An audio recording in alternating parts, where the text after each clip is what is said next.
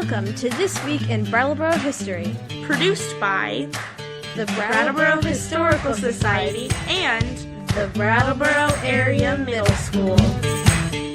Edward Chandler Crosby was born July 7, 1846 in Marlborough, Vermont. He was one of 11 children. Less than half of his brothers and sisters survived to adulthood. When Edward was 2, his family moved to West Brattleboro. Edward's father, also named Edward, was a farmer and bought into a flour mill partnership along the Whetstone Brook. During Edward's early years, the flour mill became successful, and his father gave up farming to concentrate exclusively on the mill operation. Unfortunately, with the arrival of the railroad, cheaper flour from western states flooded the market, so Edward's father sold the mill and went into the wooden barrel-making business. He thought the railroads were going to change the scale of trade and hoped to produce containers that could easily ship various goods by rail. However, this business failed to make a profit, so when Edward was 11, his father declared bankruptcy. Edward's father returned to the milling business and learned from his mistakes. He found investors and bought a large flour mill next to the railroad tracks near Main Street. Quickly, he saw that better profits could be made by distributing Western-produced flour and grains for others instead of competing against the larger mills out west. In 1860, he sold his interest in the local mill and became the Eastern distributor for flour, grain, and animal feed mills in Ohio, Michigan, Minnesota, Illinois, and Canada. Railroads transported Western grains to Eastern population centers, and Crosby managed the transfer of those goods across the northeastern region of the United States. It was quite profitable. Edward C. Crosby, the oldest son, graduated from Brattleboro High School in 1861. He then attended Springfield, Vermont Seminary and finished the program in 1863. After a brief stint as a clerk in a local general store, young Edward began working in his father's flour and grain trading concern. The next year, 1865, Edward C. Crosby was made a partner in the family business. In 1868, Edward C. Crosby married Emma Wyman. Emma was a daughter of Cyrus Wyman. Edward had worked in Wyman's general store for a few months after graduating from school and became friendly with Emma during that time.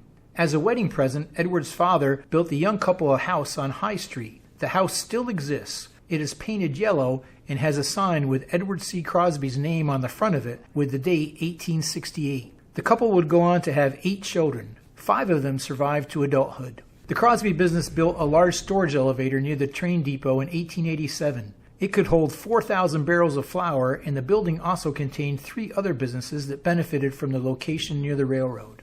The Crosbys became builders and developed land between the East Village and Centerville. While they profited from selling grains, flour, and animal feed throughout New England, they invested in the development of Brattleboro.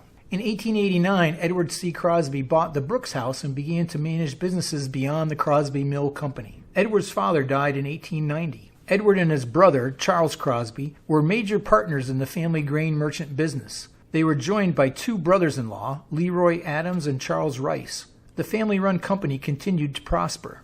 For many years, Edward had led efforts to begin a trolley system in Brattleboro. In 1895, the Brattleboro Street Railroad made its first run, and Crosby became president of the company. The next year, Crosby sold his interest in the grain business and went into construction. He partnered with the Fitchburg business and built trolley systems up and down the Connecticut River Valley. His company built street railroads between Springfield, Vermont, and Charlestown, New Hampshire. They also built trolley systems in Amherst, Northampton, Greenfield, Hatfield, and Deerfield, Massachusetts.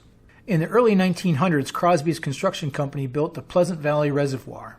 This became Brattleboro's main source of fresh, clean water. His construction company also worked with towns and cities to improve and expand their water systems. They had municipal contracts throughout Vermont and Massachusetts. In his early years, Edward C. Crosby was a member of the village fire department. Throughout his life, he was a supporter of the fire service and advocated for the department when he served as a local select board member.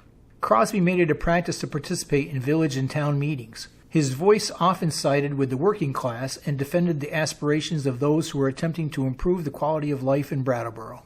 In 1912, Crosby was elected as a town representative to Montpelier.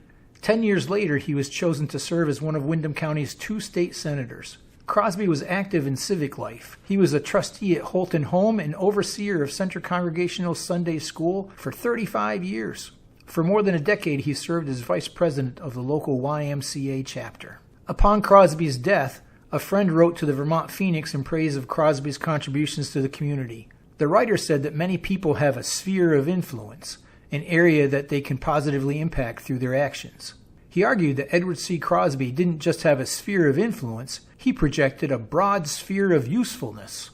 The writer explained it this way, quote, Mr. Crosby possessed a warm, generous nature and acted in all things from principle. He was an upright, trusted citizen who improved our town with his unwavering commitment to what was good for the many, unquote. Edward C. Crosby seemed to be a powerful business owner who balanced self-interest with the needs of the community.